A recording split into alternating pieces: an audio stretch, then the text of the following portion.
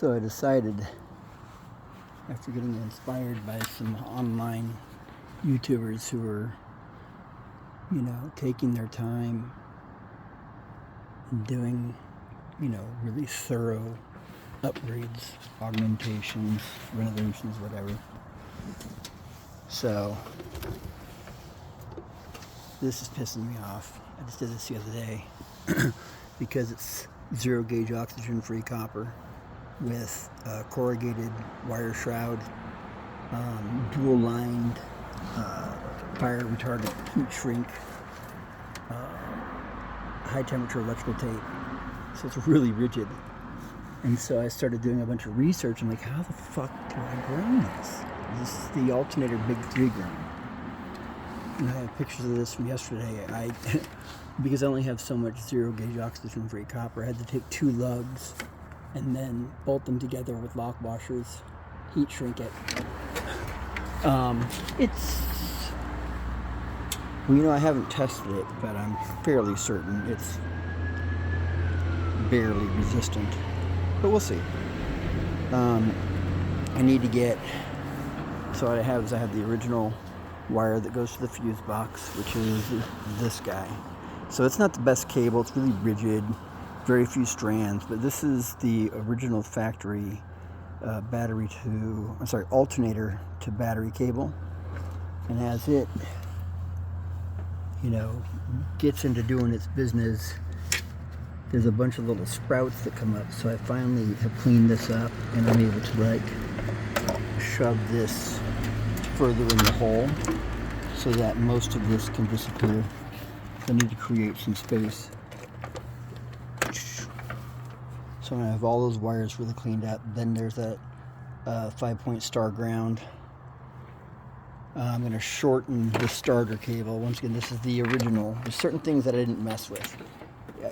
If I mess with it, I added an equal length of better on top of the pre-existing factory. So I tried to match the lengths of the factory cables, but with much better cable. So you don't disrupt the factory settings and you only enhance them. So it's called like the Big 3, the Big 4 upgrade. So this one I redid a long time ago. So I'm sorry, this power cable I redid a long time ago. It's super rigid, but I'm getting it to a point where the 2 powers, which is that guy and then this guy's been a real pain in the ass. Alternator main.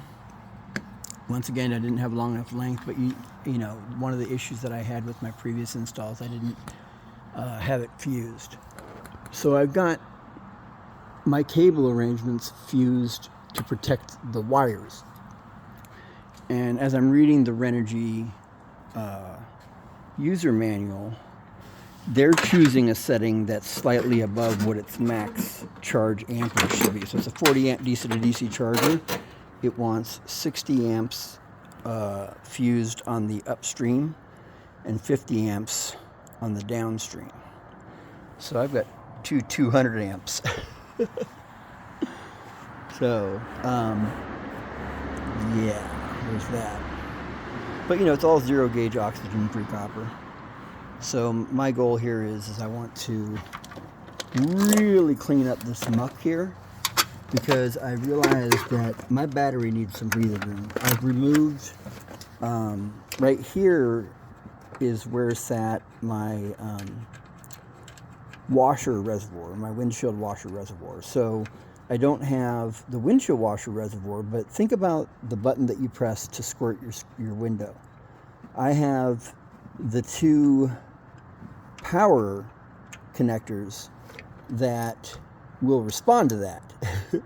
So if I want to trigger something in a way where, you know, I press it once and it does a cycle of power, I can create steering wheel controls for a custom activation somewhere. I don't know exactly what I would do with it, but it's nice to know that I have kind of like a trigger in a factory feature that I've removed but I can still use it. So I just finally got rid of all the hoses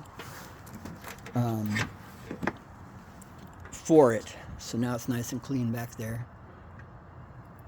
So this is my upgraded engine ground, 4 gauge. I redid the engine ground, the starter ground. So I got this is actually more than manifold, because where this connects to the manifold, and the main computer grounds are right there. So I've never really messed with that, because that goes to the computer. So this is the factory favorite ground point. I upgraded these to 4 gauge, so engine block, 4 gauge. Oh, and I added, there actually wasn't one here. There was the connection for it. Let's see if we can get a good shot of this guy. Where the hell is it? Let's see here. Oop, let's get some light on that. So, because I have stuff grounding in the dashboard, I decided to add to the firewall a ground. And that firewall goes, I believe, to the engine block. Strut tower to engine block.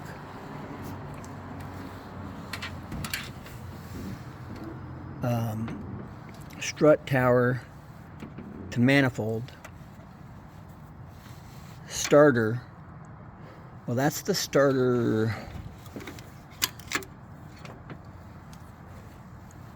Oh yeah, it's all gooey. Yeah, that's the starter ground, I think. Yeah. See that guy, that little... So that's that. So that's 4 gauge. It's got thermally insulated, kind of like a, I forget what it's called. It's not like heat shrink, but that's dielectric grease, that gooey shit.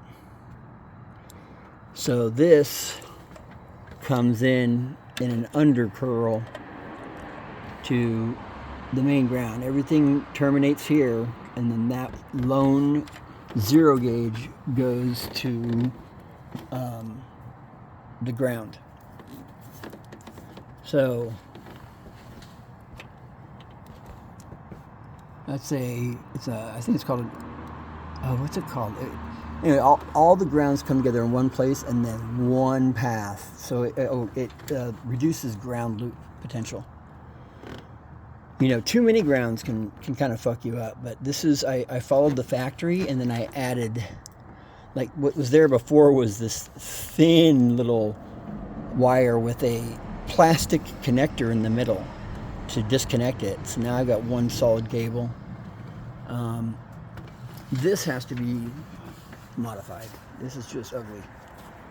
So I'm struggling. I've learned about things that I don't have, and so this is a lug, and I was hoping if I could get either a 90-degree lug. Let's see, how would that go? Oh no, that wouldn't work. No, I need to get this thing out of here further, or find the new ground. Now this is where the factory grounded it.